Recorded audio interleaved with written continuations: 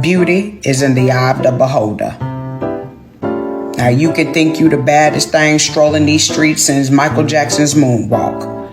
Moonwalk your tail right on into a room, and 10 people can look at you and say, wow, that there girl is beautiful. As they should. But you could be standing in that same room and 10 other folks is thinking to themselves, wow, look at that booger wolf heifer over there. What's a booger wolf? Your mama. Needless to say, love yourself, because ain't nobody else got to love you. Listen, I don't know who, but somebody needed to hear that today. Hey yo, thanks for tuning in to The Source, your source for celebrity news. Check this out. Over the last few days, a lot of misinformation has been going out about the Diddy trial.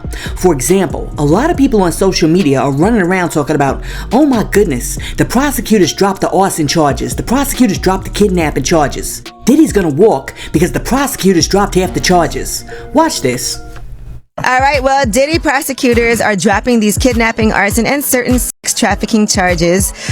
People were surprised by this because this was right before closing arguments happened today that they announced this. They said the government is following his honor's instructions to streamline the jury instructions. Can you break this down? Yeah, I think at this point, the prosecution is like, hey, we need to have a broader scope here because we don't have enough evidence to convict him on all of these things. So what I think they're doing now is they're trying to make it easier for the jury to get a guilty verdict. Stop scrolling right now. There is a big update in the Diddy trial and the prosecutors are dropping some of the charges, girl. Federal prosecutors have narrowed the racketeering conspiracy charges against Diddy and they removed the claims of arson and kidnapping. So Diddy might be coming home much sooner than a lot of people think. The federal prosecutors dropped a lot of charges today. Those charges consist of the kidnapping charges, that arson charge, and multiple trafficking charges. Yeah, they dropped those. Okay, so let's get this straight, because this is what happens when YouTubers, TikTokers, and Instagrammers watch so much of the Diddy trial that they all of a sudden think that they're Insta lawyers. So this is what happened. None of the major charges against Diddy that you have heard about have been dropped. Instead, in order to make the jury instructions clear to the jurors when they go back to deliberation, the prosecutors and the defense agreed to delete certain terminology that could potentially muddle up the waters and confuse the jurors. So, instead of saying that Diddy's being charged with attempted arson, they're just saying arson because Kid Cudi's car actually blew up. And you know darn well that if you give those jurors the option to go back there and decipher between attempted and actually did, somebody will sit back there and be like, I don't know whether or not he really blew up the car because, only the front seat caught on fire. And nobody has time for that. So no, the prosecutors didn't drop the charges against Diddy. Instead, all they did was make it easy for the jury to go back and deliberate and decide whether or not Diddy did it. And since we're talking about the accused and their accusers, Christian Keys is back, and this time he put on a little extra makeup and curled up the hair a little bit more so that he could complain about BET. Christian says that he won't be doing any more All of the Queen's Men's projects with BET because of the untoward treatment that he's received from the network and the fact that the people that he's been working with have been showing up to work high or inebriated and saying very disrespectful things about him. I will say in transparency, it is disappointing to continuously find out that your show is coming back on the internet instead of finding out from the network. And I've mentioned that in previous seasons and it's still happening.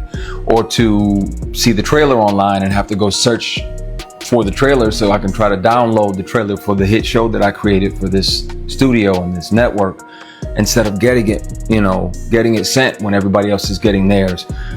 It does feel dismissive and disrespectful when it continues to happen and you've addressed it and it still happens. So at this point, I do not believe that the prequel series that I've written and the spin-off show, any prequel or sequels, I do not believe I'll be doing them with BET. In the prequel and sequel space, unfortunately, there are going to be a few personnel changes. Sometimes it happens, unfortunately, where some people get entitled or arrogant and unprofessional and start coming to work high and inebriated on a regular basis or start saying whatever they want to when the camera's rolling and disrespectful ad-libs and things, and those things will be addressed. So there may be some personnel changes, but the show will go on.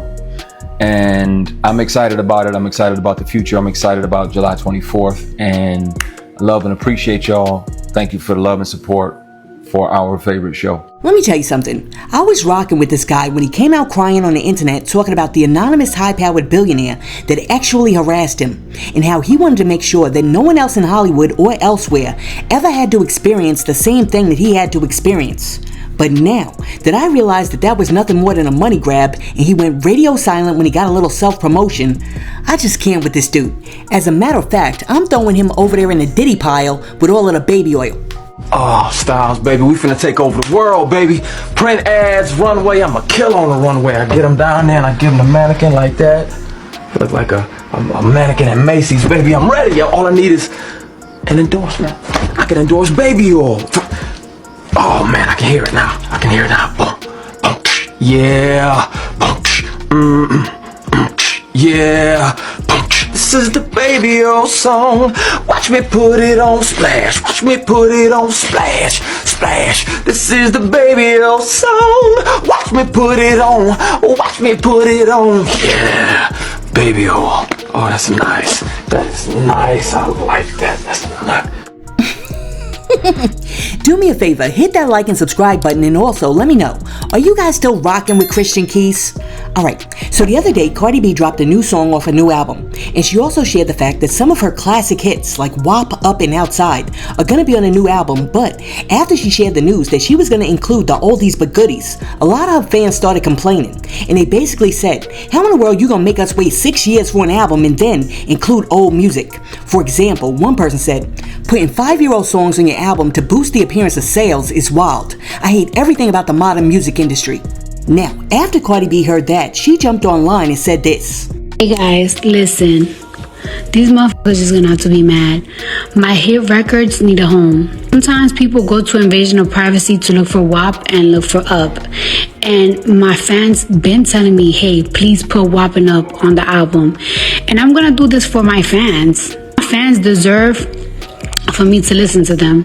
I didn't listen to them when I didn't submit it WAP because I was listening to the haters. I was thinking like, imagine if I went WAP and people are gonna drag me and stuff like that. This time, it. It's our turn. It's Barty Gang's turn. Whatever the they mad about, tell them to go cry about it. Wah, go fucking cry about it. I love my fans. I love Barty Gang. And whatever the they want, they fucking get. Well, not everything, because y'all be asking for some shit. That be like, what the But yeah, love you guys so much. And if I don't care, you shouldn't either. Usually I will give a fucking them. Let them cry. Let them eat cake. Okay, Marie Antoinette, my question is, who cares? I mean, it would have mattered to me back in the day if this was an album or a CD, but who buys music anymore? I mean, have you bought an album or a CD in like mad years? Anyhow, don't people just download the songs that they want? So if she puts extra songs on the album, just download the ones you want. Now, it would matter if like she has 3 songs on a new album that are new and then everything else is old, but I mean, if she's just adding like the old 3 songs, let her do what she wants. Anyhow, let me know down below, do you even care? Now, somebody who really cares about their mama is Tyra Banks, because the other day, Tyra Banks shared that after all of these years of hard work, she was finally able to buy her mother the ice cream shop that her mother always wanted. Watch this. Years and years ago, when I was working so hard as a single mom, I worked more than one job. I worked 2 jobs, I worked 3 jobs, I did whatever I could. And the way we would celebrate each week that I got through is I would take her for ice cream in Hollywood. We lived near Hollywood, and we would go for ice cream, and we would sit in the car and talk about what we wanted out of life and where we wanted to go and how we wanted to live and her dreams, and try to inspire her to be focused. And that ice cream was so special for us. And Mama, you know this is dedicated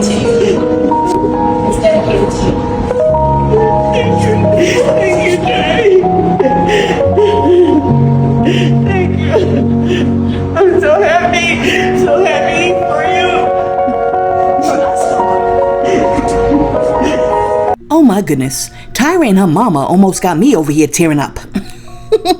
Anyhow, I always think that it's a wonderful thing when a child reaches a certain level of success and they turn around and say thank you to their parent. Because more times than not, being a parent is a thankless job, but it's the hardest job in the world. So I think this is absolutely beautiful. And for everybody out there who has parents who raised them really well, listen, don't just wait till Mother's and Father's Day to say thank you. I mean, thank them every day. And also find a special way to say well done. Now, since we touched upon the good parents, it wouldn't be fair if we left out the deadbeats. Professional best friend of Kim Kardashian, Malika Haqq, has jumped online because she has something to say about all of the deadbeat daddies running around these streets in the US of A. Malika feels that any man that doesn't participate in the rearing of their children should automatically be sent to war to fight for this country. But I do have a suggestion. I think there is a specific type of person that should go to war. I think that person is, or persons, are men that don't take care of their children. If you're not in your child's life and you're not taking care of your child, the least you could do is protect the country, right? Because if you don't have a kid to take care of, and you're not spending your time doing that, you have time to protect the country. I think we have like the runner-up for recruits. It's dads that don't take care of their kids. I've got a couple I can recommend. Need to be very clear. The dads that are taking care of their kids, please leave them. We need them. The kids need them. Leave us the daddies that take care of their kids. You've got enough of them that don't. Take them. Okay? Thank you. Wow, Malika Haqq is throwing all of the deadbeat daddies under the bus. But as it turns out, she's not the only one. Trump, them niggas that don't take care of them kids, they said, come get them. They said, come line them up and come get them. And they're going to go to war with everybody else, and they want to be in the front row. I don't know if you heard them say that, but I heard them say that, and they told me to tell you that they ready to go to war. So, after people on the internet heard these two women suggesting that deadbeat daddies should be sent to war, a whole lot of people had something to say. And one person said, yeah, I'm done with the internet for the day, and it's only 7:41 a.m. laughing my A off. And then somebody else was like, actually not a bad idea. After that, somebody else came through and said, she's a professional friend. And last but not least, somebody else said, should this apply to both parents? Okay, so tell me something. Do you agree with Malika Haqq's suggestion, or do you think, if a ninja can't pick up some Similac, some Pampers, and some onesies and protect his own child, what in the world makes you think that that ninja can pick up an AK to protect the nation? I mean, for real, the soldiers are gonna be out on the war field like, yo, we need some more grenades, over. And deadbeat daddy's gonna be over there like, yeah, I'm a little busy right now, but I'm gonna see if I could drop off a little something on Monday. I mean, it would be crazy. Alright, so peep this. ICE has recently released Porsha Williams' ex-husband Simon Gabadia from custody. And now, Simon is out here on these internet streets spilling all the tea. According to Simon, he says that he didn't realize it at first, but hindsight is 20/20. And now he believes that Porsha is not only a member of, but the president of the Gold Diggers Club of America. Simon says that he regrets marrying Porsha because he believes that he was targeted for financial gains from day one. Do you regret marrying her? Absolutely. I said to her in one of my text messages to her, because she didn't respond because I kept asking her, why did you file for divorce? And she wouldn't say anything. I tried to reach her mom. Her mom would not respond either. I later figured out this felt like a coup. I was totally blindsided. I was no member of her family, whether on the mother's side, on the father's side, reached out to me. And the only person I actually reached out to was her mom. And, she didn't respond. And so, I essentially sent her a text message. I said this was a $5 million rehab project that I took on. She never shared her concerns or issues with me before filing for divorce. If you're married, I've been married quite a bit. I think I understand a little bit about the dynamics of, I should understand a little bit about the dynamics of a relationship. You discuss issues and say, hey, if this does not change or something does not happen, this is what might come of it. Mm-hmm. We never had those discussions, and I'm happy to share with you text messages where I was essentially blindsided by the divorce fight.